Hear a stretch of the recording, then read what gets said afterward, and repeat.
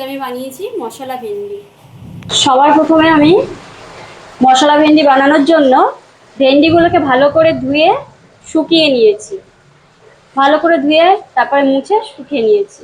এবার আমি ভেন্ডিগুলোকে একে একে কেটে নেব। প্রথমে আমি এই বোটার এখান থেকে হালকা করে একটু কাটবো। কেটে এখান থেকে একটু কেটে দিয়ে প্রত্যেকটা ভেন্ডি আমি ঠিক এইভাবে কেটে নেব।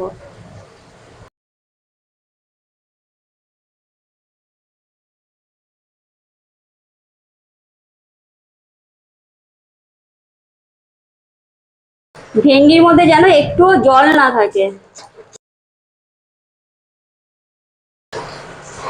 প্রত্যেকটা ভেন্ডি আমি এভাবে কেটে নিলাম। এবার আমি ভেন্ডির জন্য মশলাটা বানাবো। সব গুঁড়ো মশলা নিয়ে নেব। প্রথমে নিয়ে নিচ্ছি ধনে গুঁড়ো, নিয়ে নিচ্ছি জিরে গুঁড়ো, ঝাল লঙ্কা গুঁড়ো নিয়ে নিচ্ছি, কিছুটা হলুদ। টক টক ভাব করার জন্য আমি একটু চাট মশলা নিয়ে নিচ্ছি। আপনাদের কাছে আমচুর পাউডার থাকলে ওটা নিয়ে নেবেন। পরিমাণ মতন লবণ। এবার আমি ভালো করে মিশিয়ে নেব।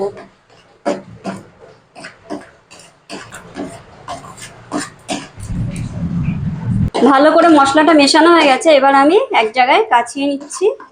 নিয়ে এবার একে একে এই ভেন্ডিগুলোর মধ্যে মশলাগুলোকে পুর করে নেব। নিয়ে ভালো করে এরকম চেপে রেখে দেব।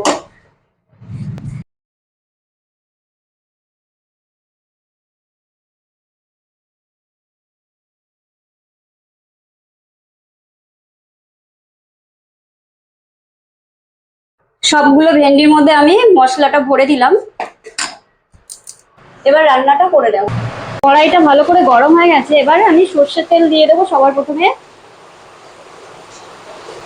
এই রান্নাটা করতে বেশি তেল লাগে না, অল্প তেলেই হয়ে যায়। তেলটা খুব ভালো করে গরম হয়ে গেছে। এবার আমি ভেন্ডিগুলো এর মধ্যে ছেড়ে দেবো। রান্নাটা আমি সম্পূর্ণ কম আঁচে করব, ঢাকা দিয়ে দিয়ে কম আঁচে করব।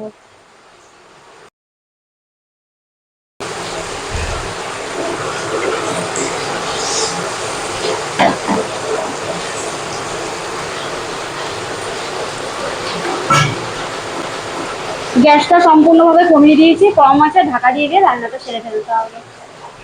ভেন্ডিগুলো একে একে আমি এদিক এক পাশ থেকে আরেক পাশে করে দিলাম।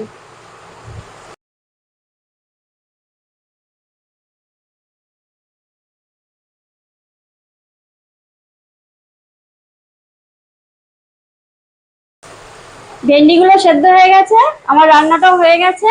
5 মিনিটের মধ্যে রান্নাটা হয়ে যায় এবং খুব টেস্টি রান্না এটা। এবার আমি ভেন্ডিটা ঢাকা দিয়ে রেখে দেবো গ্যাসটা বন্ধ করে।